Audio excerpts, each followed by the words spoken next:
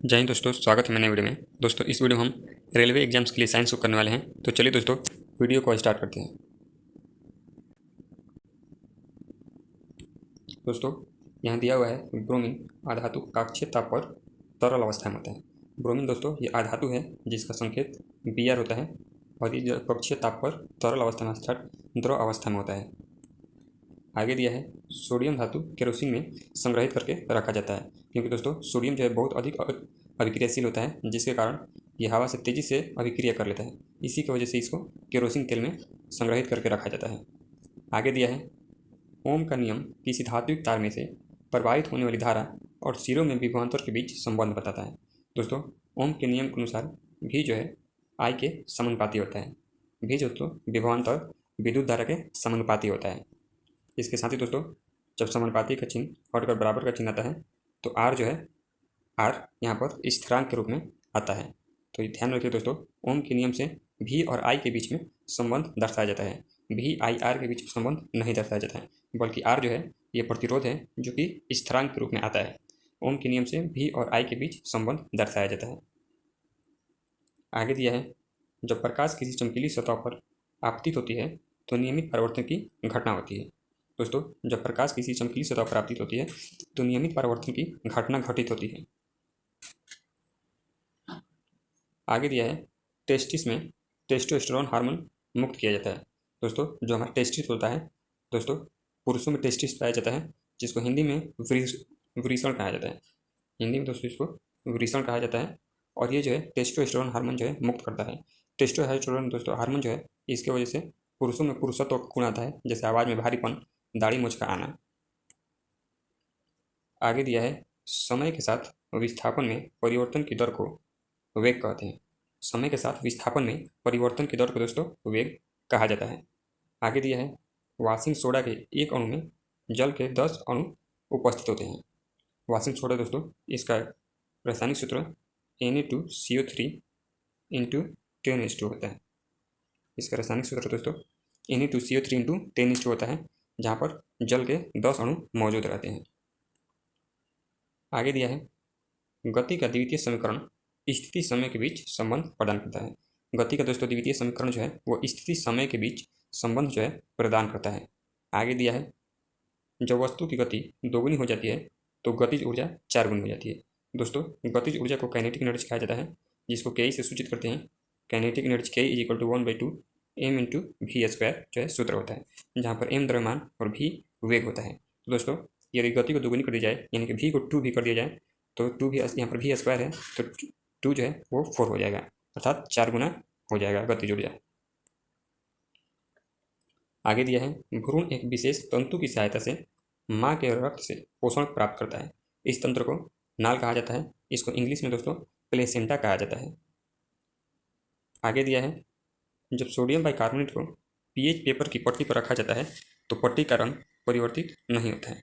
दोस्तों pH paper की जब पट्टी पर रखा जाता है तो उसका रंग जो है परिवर्तित नहीं होता है।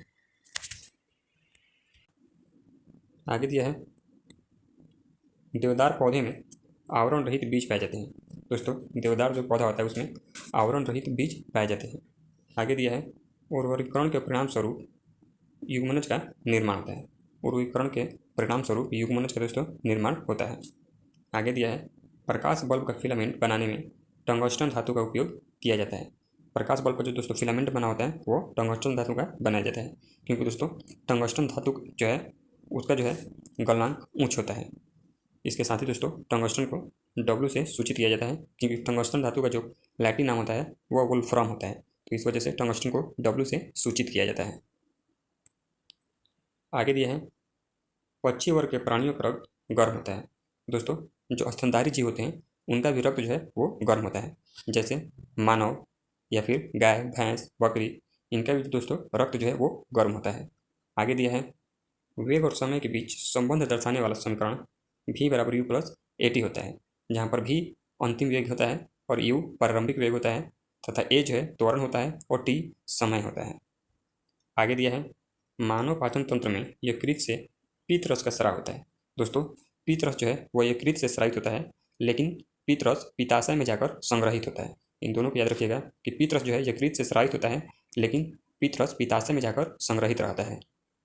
आगे दिया है पदार्थ के कणों के बीच आकर्षण बल तांबे की छड़ में अधिकतम होता है।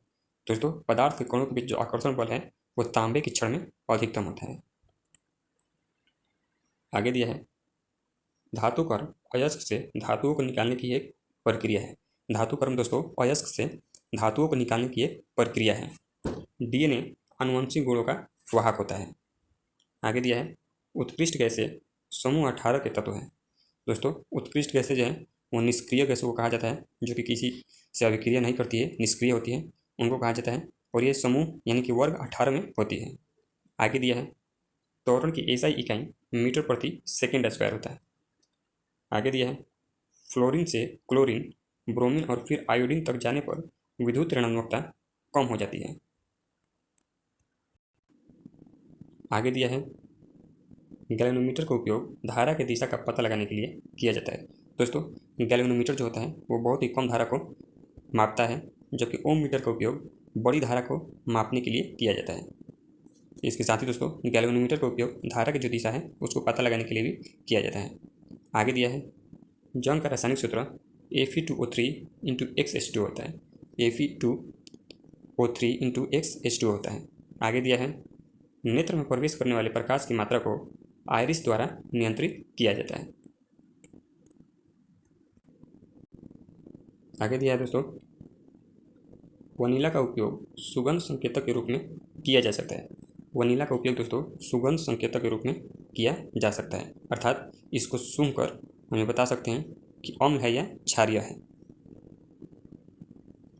आगे दिया है पृथ्वी पर किसी वस्तु का द्रव्यमान 10 किलोग्राम है, पृथ्वी पर इसका भार 98 न्यूटन होगा। दोस्तों भार को हम लोग बल के द्वारा सूचित करते हैं कि पृथ्वी के द्वारा किसी वस्तु पर लगाए जाने वाला जो बल होता है वही भार होता है। तो A = mg होता है और g जो है वो 9.8 मीटर प्रति सेकेंड स्क्वायर होता है। इसको हम लोग जानते हैं और 10 किलोग्राम से गुणा करेंगे तो 98 न्यूटन आ जाएगा। आगे दिया है सूर्य द्वारा उत्सर्जित पराबैंगनी विकिरण हानिकारक विकिरण है। दोस्तों अल्ट्रावायलेट जो रे है वो हानिकारक होता है, क्योंकि इसकी वजह से स्किन कैंसर और त्वचा से संबंधित अन्य बीमारियां हो जाती हैं। आगे दिया है परमाणु संख्या 56 वाला तत्व एस ब्लॉक से संबंधित है। आगे है एंजियोस्पर्म के प्रजनन भाग पुष्प में स्थित होते हैं। आगे दिया है लार ग्रंथि से एमाइलेज एंजाइम स्रावित होता है। लार ग्रंथि से दोस्तों एमाइलेज एंजाइम जो है स्रावित होता है। दोस्तों लाल ग्रंथियाँ जो है वो 3 प्रकार की होती है, पैरोटिड, सबमैंडिबुलर और सबलिंगुअल। ये तीनों लाल ग्रंथियाँ हैं, इसको भी ध्यान रखिएगा। आगे दिया है किसी गोलाकार दर्पण की फोकस दूरी वक्रता त्रिज्या की आधी होती है, अर्थात दोस्तों फोकस दूरी F = R/2 होता है। यहाँ पर R जो है वो वक्रता त्रिज्या है। आगे दिया है संवेग में परिमाण और दिशा दोनों होता है। आगे दिया है विद्युतीय विकलन धारा के ऊष्मीय प्रभाव पर आधारित होता है, अर्थात जब चालक तार से विद्युत धारा प्रवाहित होती है तो विद्युत धारा प्रवाह होने के कारण उसके चारों तरफ ऊष्मा जो है उत्सर्जित होती रहती है। आगे है सोडियम धातु शीतल जल के साथ उग्र रूप से अभिक्रिया करता है, क्योंकि दोस्तों सोडियम जो है ये बहुत ज़्यादा अभिक्रियाशील होता है। आगे है पक्षी वर्ग के प्राणी गर्म रक्त वाले होते हैं, इसको अभी हम लोगों ने ऊपर में देखा है दोस्तों। आगे है संपीड़नों का निर्माण उस स्थान पर होता है जहाँ वायु दाब उच्च होता है। आगे है पाचन के दौरान पित्त की भूमिका वसा का पैसीकरण करना होता है। दोस्तों पित्त का एक महत्वपूर्ण कार्य जो है वो वसा का पैसीकरण करना होता है। वसा का पैसीकरण करने का अर्थ है कि वसा को छोटे छोटे टुकड़ों में तोड़ देना है। ये जो है पित्त का एक महत्वपूर्ण कार्य में से एक है। आगे दिया है धवन सोडा के एक अणु में पानी के 10 अणु उपस्थित होते हैं, जिसको अभी हम लोगों ने ऊपर देखा। तो चलिए दोस्तों हमारा वीडियो यहीं पर समाप्त होता है। मिलते हैं अपने अगले वीडियो में, तब तक के लिए धन्यवाद।